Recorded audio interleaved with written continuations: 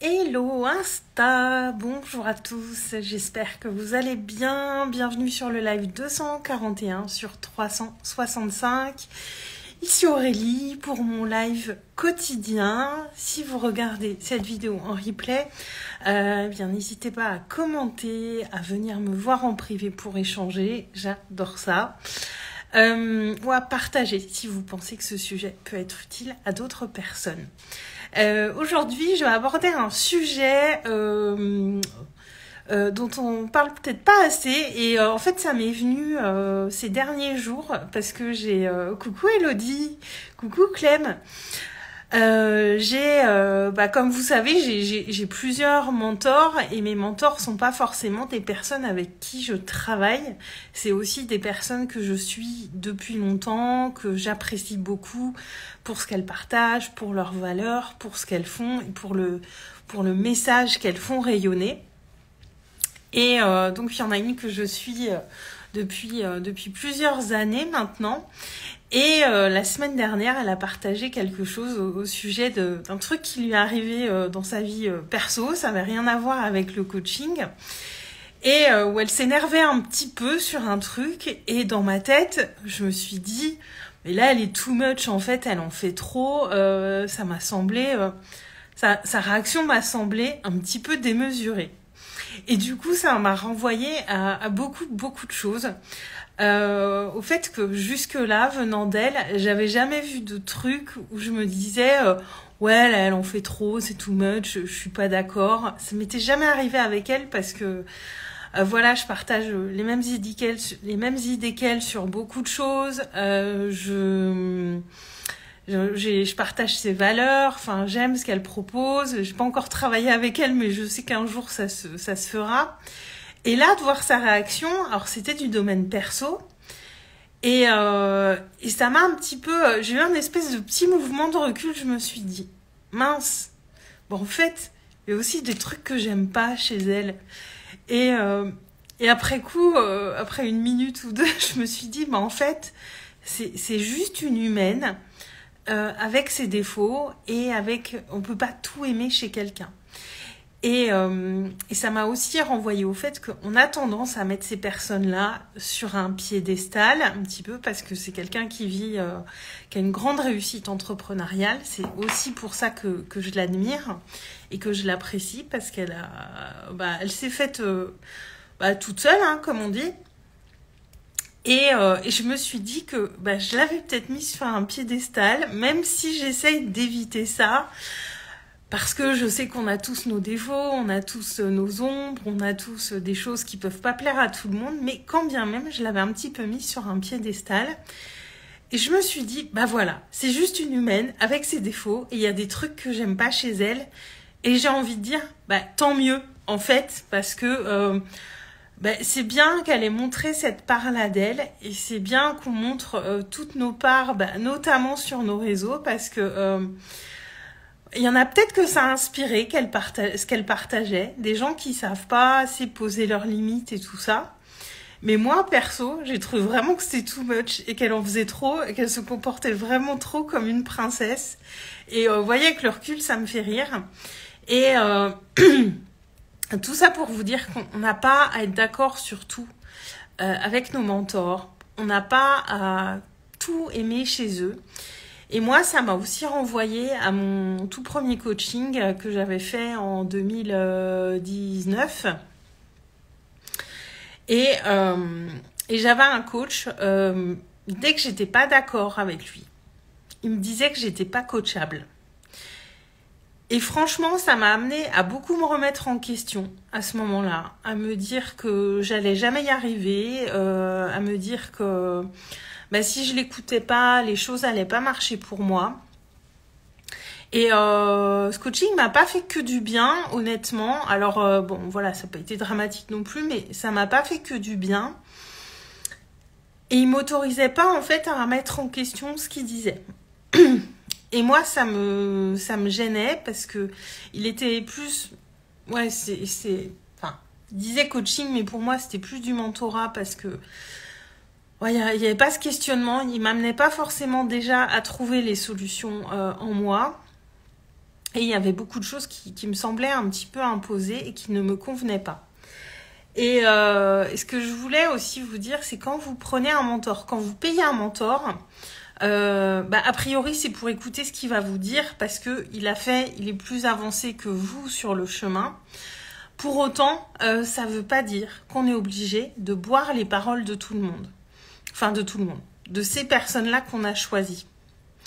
Et c'est là aussi que commence le fait de marquer notre unicité, de montrer notre unicité.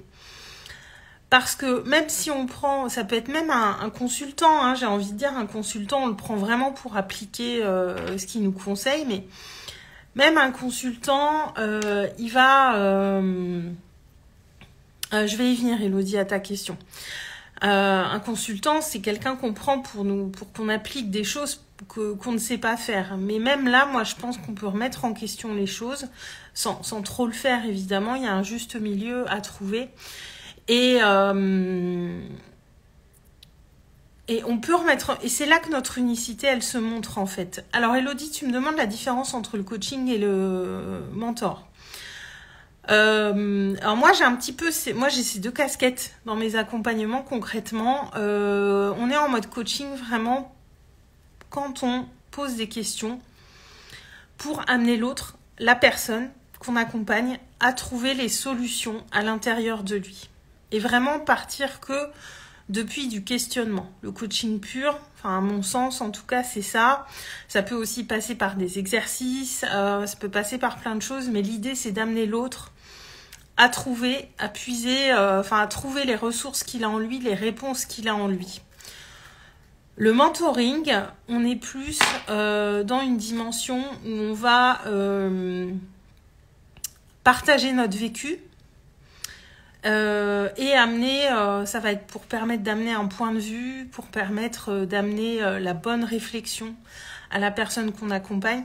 On est beaucoup plus dans le partage d'expérience déjà et alors c'est pas que ça va être plus orienté mais enfin, on amène vraiment à voir les choses sous un prisme différent en partageant notre vécu parce que le mentor c'est vraiment quelqu'un qui a fait du chemin qui est un peu avant nous sur le chemin et qui va venir nous prendre la main et nous ouvrir la voie. C'est plus ça en fait, donc c'est vraiment là que se joue cette différence. Donc moi, concrètement, je fais les 2 dans mes accompagnements. C'est du coaching et du mentoring. Ça dépend du cas de figure, ça dépend du moment. Je sais par exemple que pendant les sessions sur Zoom, je suis beaucoup plus dans le coaching parce que dans ces moments-là, on a un vrai temps dédié ensemble avec mes clientes. Et donc là, je peux vraiment amener des questionnements, creuser le questionnement et pas les lâcher jusqu'à ce qu'on ait touché quelque chose qui va déclencher une compréhension profonde, une prise de conscience. Et par contre, sur nos échanges en vocaux, alors on peut aussi être dans le coaching, mais c'est un petit peu plus du mentoring où là je vais plus être dans cette position de donner de l'aide. En fait, c'est un peu plus ça et de partager mon expérience et d'amener les choses un petit peu différemment. Et pour autant, on peut remettre les choses en cause. Je vous dis même quand on est avec un consultant.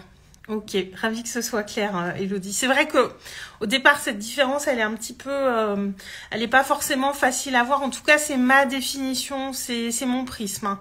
Après, d'autres personnes auraient peut-être des termes différents, mais moi, c'est vraiment comme ça que je vois les choses. Et moi, je pense qu'un bon coach, un bon mentor, un bon consultant, il va aussi être à notre écoute quand on n'est pas d'accord, quand ça résonne pas pour nous, quand ça vient pas, quand c'est pas juste pour nous en fait. Même si on paye cette personne, et je donne l'exemple du consultant parce que le consultant c'est vraiment quelqu'un qui va nous conseiller pour qu'on aille vraiment dans la bonne direction parce qu'il sait qu'il est là pour ça et qu'on le paye pour ça. Et pour autant, même ces personnes-là, je pense qu'on doit pouvoir remettre en question et on doit pouvoir avoir nos propres, alors je vais pas dire jugement, mais c'est peut-être pas le bon mot, mais dire que non, ça c'est pas ok pour moi. Peut-être que pour toi c'est juste, peut-être qu'effectivement ça marche dans la pratique, mais moi je ne me vois pas faire les choses comme ça. Et un bon accompagnant doit être capable d'entendre ça et doit être capable de se réajuster. De la même manière qu'on n'a pas à tout aimer chez la personne, mais en revanche, ça n'empêche pas de lui faire confiance sur ce qu'elle nous apporte. Et on peut très facilement mettre sur un piédestal les gens qui nous accompagnent, les gens qu'on suit, les gens qu'on apprécie. Pour autant, pas oublier que c'est des êtres humains, qu'ils ne savent pas tout non plus, que personne ne sait tout, et qu'on peut toujours remettre en question ce qu'ils sont en train de dire, parce que justement, on a ce regard qui est différent et qui peut amener justement encore plus de richesse sur ce qu'on va créer ensemble. Et d'avoir cette mentor qui partageait quelque chose, et j'ai vu une partie d'elle que finalement j'aime pas trop, que j'ai trouvé un peu relou. Ben, en fait, j'ai trouvé ça cool parce que je me dis, en fait, en partageant ça, elle a montré sa part d'humanité, ce côté peut-être un petit peu chiante qu'elle a et que je voyais pas forcément dans ses autres partages. Et du coup, c'est bien parce que ça l'a fait un peu redescendre de son piédestal. Et je vous l'ai déjà dit, mettez personne sur un piédestal, mais je crois qu'on le fait un petit peu. Voilà, quand on aime beaucoup quelqu'un, on peut encore le faire. Mais il n'y a pas... il n'y a pas de nécessité à le faire. On peut voir des choses qu'on n'aime pas chez l'autre et pour autant continuer à l'aimer, continuer à l'apprécier, continuer à admirer son travail et continuer à s'en inspirer. Et comme tu dis, Elodie, ils ont leur propre filtre aussi. Jamais oublier ça, on a tous nos propres filtres, notre vécu, notre expérience de vie, et notre filtre d'aujourd'hui n'est peut-être pas, le filtre qu'on a à l'instant T n'est peut-être pas le filtre qu'on avait une heure avant ou qu'on aura une heure après ou même le lendemain. C'est aussi un truc qui est là à l'instant T. Et je me dis, quand elle a partagé ça, je trouvais qu'elle avait l'air un peu chiante, mais je me dis, voilà, il y avait un truc qui l'énervait, donc ça vient réveiller aussi des parts de nous qui sont moins jolies, on va dire, moins lumineuses. Et au final, j'ai trouvé ça bien qu'elle montre ça parce que ça m'a ramené au fait que elle n'est pas elle n'est pas un dieu incarné sur terre, c'est une humaine avec ses défauts, avec ses moments où elle s'énerve, où elle se met en colère et elle l'a partagé et au final, je trouve que ça a amené vraiment un supplément d'âme et voilà. Donc vous avez le droit de pas tout valider, de pas tout aimer, de pas tout apprécier chez les gens que vous suivez. Et ça veut pas dire que vous les aimez pas. Et vous avez le droit, surtout, de remettre en cause ce qu'ils vous disent, d'amener les questions différemment. Parce que je pense qu'un bon accompagnant, c'est quelqu'un aussi qui est capable d'accueillir ça réellement. Pour moi, c'est une part hyper importante de nos métiers d'accompagnant. D'accueillir ces questionnements, d'accueillir ces filtres qui sont différents de nous et de savoir reprendre une direction qui sera plus juste parce que le but c'est qu'on avance en binôme, qu'on co-crée vraiment les choses pour que notre client avance dans la direction dans laquelle il a besoin d'aller. Et c'est même c'est une base en fait d'être capable de faire ça. Donc voilà ce que je voulais vous dire aujourd'hui, ce que ça m'avait inspiré. Donc comme quoi, vous voyez, même quand mes mentors disent des choses avec lesquelles je ne suis pas d'accord, en plus ça va venir m'inspirer un live et quelque chose à vous partager. Donc il y a vraiment toujours quelque chose de bon à retirer de ça. Et s'il y a des personnes que vous mettez peut-être sur un piédestal, eh bien dites-vous qu'elles ont leur part aussi, que peut-être vous n'aimeriez pas et que vous voyez pas. Et qu'on est tous des humains et que personne ne sait mieux que vous ce qui est bon pour vous. Voilà, coucou Adeline, c'est la fin de ce live. Donc je vous souhaite une bonne soirée là-dessus. Dites-moi en commentaire si ça vous aura inspiré. Et je vous souhaite une très très belle fin de soirée, 22h22. Et je vous dis à demain. Je vous embrasse. Ciao.